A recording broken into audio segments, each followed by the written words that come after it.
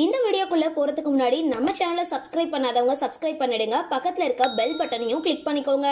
வாங்க வீடியோக்குள்ள போகலாம். மெட்டி ஒலி சீரியலை அவ்வளவு சீக்கிரம் தமிழ் ரசிகர்களால மறந்துட முடியாது. சன் டிவி ஒரு காலகட்டத்தில் டிஆர்பியை வேட்டையாடி இருந்தது இந்த சீரியல் மூலமா தான். சன் டிவியை தாண்டி வேற எந்த சேனலையும் மக்கள் பார்க்காத மாதிரி செய்ததுல முக்கிய பங்கு மெட்டி ஒலி சீரியலுக்கு இருக்கு.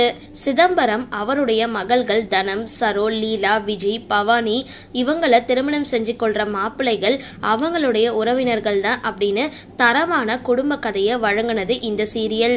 அதுலயும் சரோவோட கணவர் மாணிக்கம், அவருடைய அம்மா ராஜம், தங்கை நிர்மலாவை கரிச்சு கொட்டாத பெண்களே இல்ல அப்படின்னு சொல்லலாம். இதுல நிர்மலா கதாபாத்திரத்துல நடிச்ச அருணா தேவி அப்படியே ஒரு குடும்பத்தோட நாத்தனார் எப்படி இருப்பாங்களோ அதையே பிரதிபலிப்பாங்க.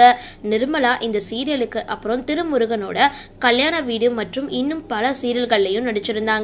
இவங்களுக்கு திருமணமாகி தற்பொழுது 2 பெண் பிள்ளைகள் இருக்காங்க. சீரியலை தாண்டி ஜோடி நம்பர் 1 மற்றும் மஸ்தானா நடன நிகழ்ச்சியிலையும் பங்கு பெற்று வெற்றியும் பெற்றிருந்தாங்க. தற்பொழுது அருணா தேவி பிளே ஸ்கூல் ஒன்ன நடத்திட்டு வராங்க.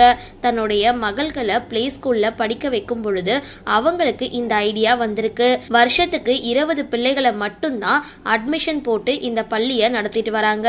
மெட்டி ஒலி 2ஆம் பாகம் வந்தா கண்டிப்பா திரும்பவும் நாத்தனார் நிம்மைய எல்லாரும் பார்க்கலாம். சரி, இந்த வீடியோ பத்தின உங்களோட கருத்துக்களை கீழே கமெண்ட் பாக்ஸ்ல போஸ்ட் பண்ணுங்க. வீடியோ பிடிச்சிருந்தா லைக் பண்ணுங்க, ஷேர் பண்ணுங்க, மறக்காம டிபி காபி சேனலை சப்ஸ்கிரைப் பண்ணுங்க.